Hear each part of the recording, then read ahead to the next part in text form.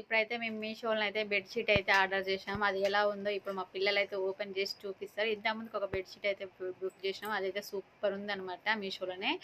ఇప్పుడు కూడా ఇంకోటి అయితే చేసాము. అది ఎట్లా ఉందో చూడాలి.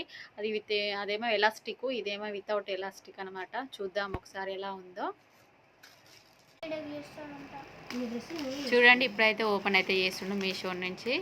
ఇక మరి ఎట్లా ఉందో చూడాలి క్వాలిటీ అయితే. చూడండి